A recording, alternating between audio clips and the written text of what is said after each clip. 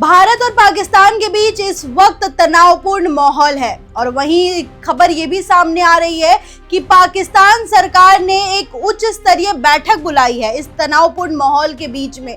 लेकिन अब जो है वहां के नेता जो है वहां पे उन्होंने शामिल होने से मना कर दिया है बैठक में।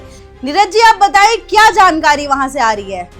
देखिए मुस्कान, आप जो बता रही हैं वो बिल्कुल सही है। जो ONOG को जो सोर्सेस से जो जानकारी मिली है उस जानकारी के मुताबिक पाकिस्तान के हालात बहुत ख़राब हैं और इस ख़राब हालत का अंदाज़ा आप इस बात से लगा सकते हैं कि जो एक उच्च स्तरीय बैठक बुलाई गई थी जिसमें डिफेंस के जो अधिकारी थे और सेना प्रमुख थे वो मौजूदा हालात की जानकारी दे रहे थे। लेकिन इस मीटिंग में न वहाँ के प्रधानमंत्री मौजूद थे, न वहाँ के विदेश मंत्री मौजूद थे, न रक्षा मंत्री मौजूद थे, न अपोजिशन का कोई लीडर था।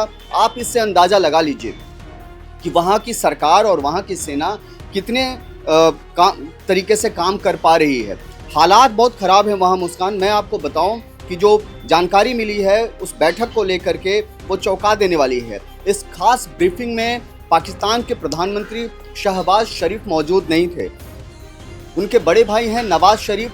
जब देश जंग के मुहाने पर खड़ा हो तब नवाज शरीफ भी गायब दिखे उस मीटिंग से।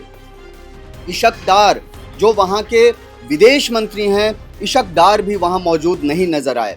ख्वाजा आसिफ जो वहाँ के रक्षा मंत्री हैं वो भी उस बैठक में मौजूद नहीं थे। इससे आप अंदाज़ा लगा सकते हैं कि हालात कितने ख़राब हैं। और बिलावल जरदारी, बिलावल भुट्टो ये भी वहाँ मौजूद नहीं थे। बिलावल जरदारी जो आसिफ अली जरदारी के बेटे हैं और बेनज़ीर भुट्टो के बेटे हैं, बड़ा नाम है पाकिस्तान में, लेकिन ये भी उस बैठक में शामिल नहीं थे और ना ही आसिफ अली जरदारी उस बैठक में शामिल थे। इससे आप अंदाज़ा लगा सकते हैं कि पाकिस्तान में किस तरह का माहौल है और वो जंग के लिए कितने तैयार हैं। इससे अंदाज़ा लगाया जा सकता है कि पाकिस्तान में जो हालात हैं वो बिल्कुल ख़राब हो रखे हैं और इस खराबी का सबसे बड़ा कारण जो है वहाँ का पॉलिटिकल सिचुएशंस है। सेना अगर कुछ कहती भी है, करती भी है, लेकिन वो कहीं ना कहीं तालमेल में नहीं है, सिंकिंग नहीं है। और यही कारण है कि आज जब इतनी बड़ी बैठक हुई जहाँ पहलगाम हमले के बाद सेना की मौजूदा तैयारियों की जानकारी दी जा रही थी, तब बड़े पॉलिटिकल चेहरे उस मीटिंग से गायब थे। हाँ जी नीरज जी, तो अब ये एक सवाल पैदा हो रहा है, जो पाकिस्तान यूं तो बड़े बड़े दावे कर रहे हैं, वहाँ के शहबाज शरीफ बड़े बड़े दावे कर रहे हैं कि हम जंग के लिए तैयार है, लेकिन क्या वाकई वो जंग के लिए तैयार है?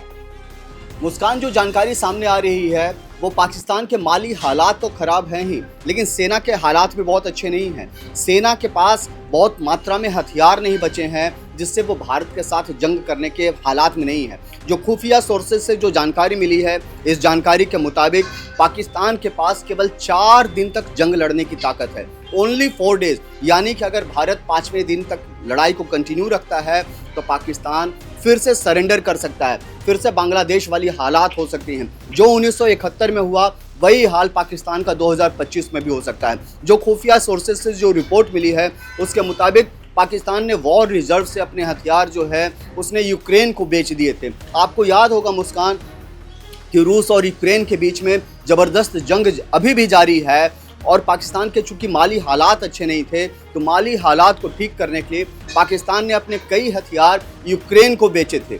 और अब जब पाकिस्तान खुद जंग के मुहाने पर खड़ा हो गया है तो उसके पास हथियारों की कमी है।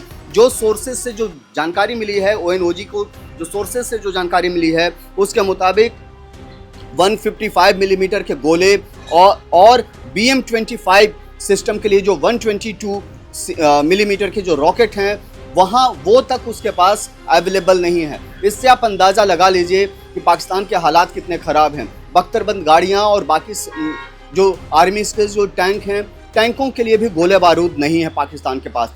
समझा जा सकता है कि पाकिस्तान जो है इस वक्त पूरे बैकफुट पर है, इसीलिए UNSC में भी उसने गुहार लगाई है, मीटिंग की कोशिश कर रहा है और वो उसकी पूरी कोशिश है कि किसी भी तरीके से जंग के हालात से वो बच सके, क्योंकि ना उसके पास माली हालात उसके अच्छे हैं। माली हालात कहने का मतलब हुआ आर्थिक हालात, ना ही उसके पास रुपये पैसे हैं, ना ही जंग लड़ने के लिए गोला बारूद। तो ऐसे में क्या होगा कि पाकिस्तान कई टुकड़ों में बंट सकता है। अगर वो जंग हारता है तो एक नया बांग्लादेश, एक बलूचिस्तान जिसकी लड़ाई जारी है, खैबर पख्तूनख्वा जिसकी लड़ाई जारी है, इंटरनली गृह युद्ध के हालात हैं वहाँ पर, और ये जो इलाके हैं वो पाकिस्तान से एक बार फिर टूट सकते हैं और नए देश का निर्माण हो सकता है। कहते हैं कि इतिहास को मिटाया नहीं जा सकता, लेकिन भूगोल बदला जा सकता है और भारत पाकिस्तान का भूगोल बदलने के लिए पूरी तरीके से तैयार है। बहुत बहुत धन्यवाद नीरज जी आपका। तो इस खबर पर हमारी पैनी नजर बनी हुई है। हम पल पल की अपडेट आप तक पहुंचाते रहेंगे, तो ज्यादा जानकारी के लिए बने रहे ONOG न्यूज के साथ। धन्यवाद।